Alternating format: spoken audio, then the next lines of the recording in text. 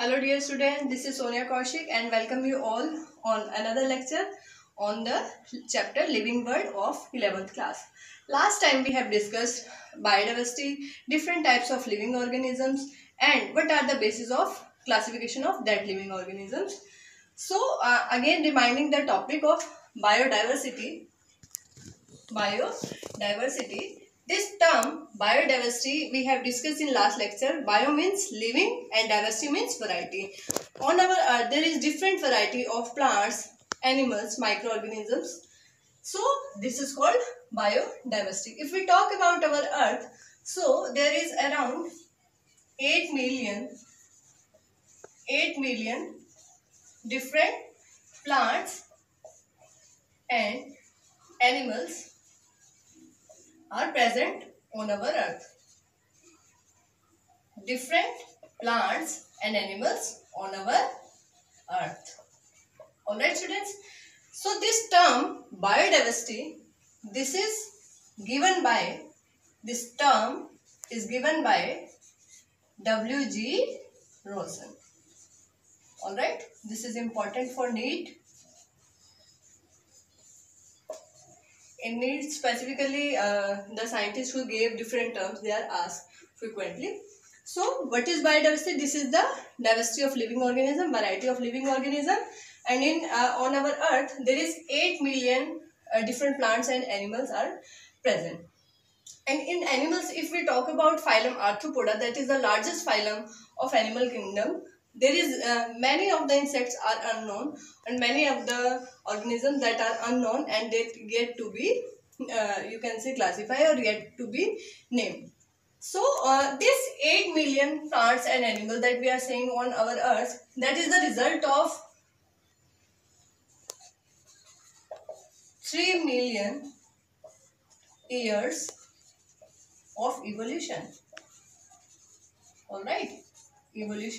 Evolution, you know, descent with modification means with time there is different types of species, different types of, you can speciation, formation and development of different species occur with the you can say reference of time. So there are around 8 million plants and animals on our earth that formed during 3 million years of evolution. And the main causes for this biodiversity is that may be mutation. Alright, that is sudden changes in DNA. Alright, other reason, this is the one of the main reasons. Then recombination,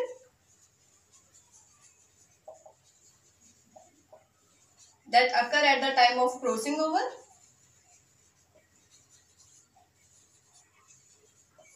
Crossing over is basically the exchange of part of chromosome at the time of cell division, you can say. So this is called recombination. Then one of the major causes is natural selection. We will do different theories of evolution in 12th class. Chapter evolution is there. So we will do different types of theory. Till then, this natural selection theory is given by Darwin.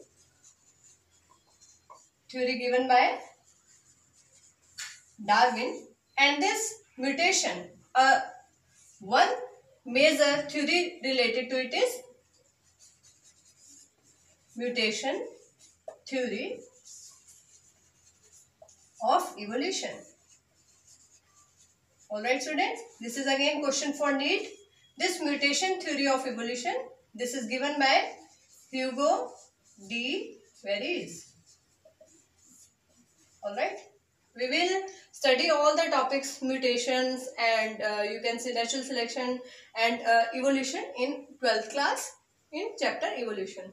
You can also see my video on the topic of evolution in next videos. Alright, so from this we have an idea that how different types of plants and animals are formed on our earth at this you can say passage of time. This is called evolution. Evolution can be defined as, in simple word, descent with modification. Alright, means new species are formed at the passage of time This is called evolution, and this may form due to gradual changes according to Darwin. That may be sudden changes according to mutation theory of Hugo de Varies, and Lamarck theory was there. That is the based on theory of acquired character. Alright students, so this is about biodiversity. Now if we talk about diversity or variety, what are the main levels of that diversity? Levels. If we talk about levels of biodiversity, so that may be on genetic level, that may be on species level, and that may be on ecological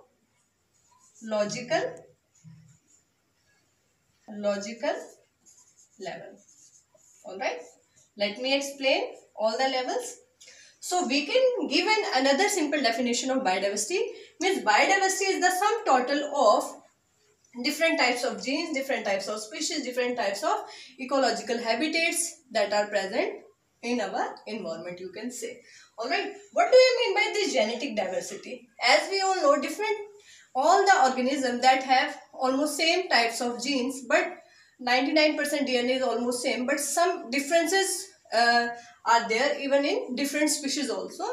So that is called genetic level of biodiversity.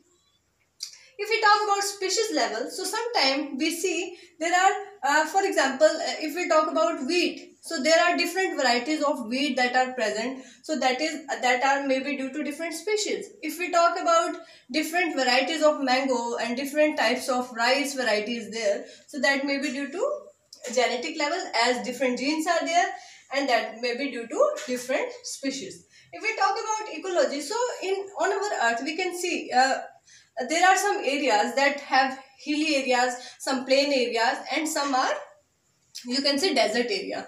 So on that basis, different types of flora and fauna are present on that.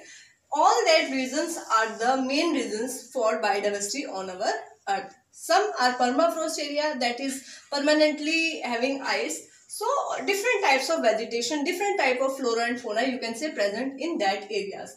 So this is all about biodiversity. I think you have cleared the topic of biodiversity. Now we are moving to our next topic, binomial nomenclature. Today we will take some examples of binomial nomenclature. Yes, in last lecture we have discussed what is binomial nomenclature. That is given species and genus and species name, and that binomial nomenclature was given by Carolus Linnaeus. Alright students, so today we will discuss the examples of binomial nomenclature. We will discuss some examples of scientific names, common name in a local area, that are called vernacular name, but that may vary from place to place. So it is important to give them scientific name, and this binomial nomenclature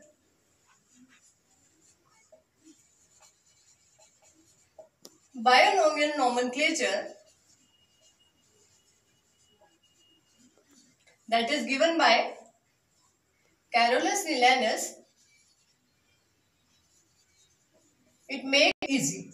Alright, we have done its rules that there are two names. By means two names will be there. One is genus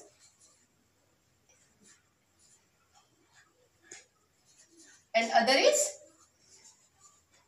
species, and you can say specific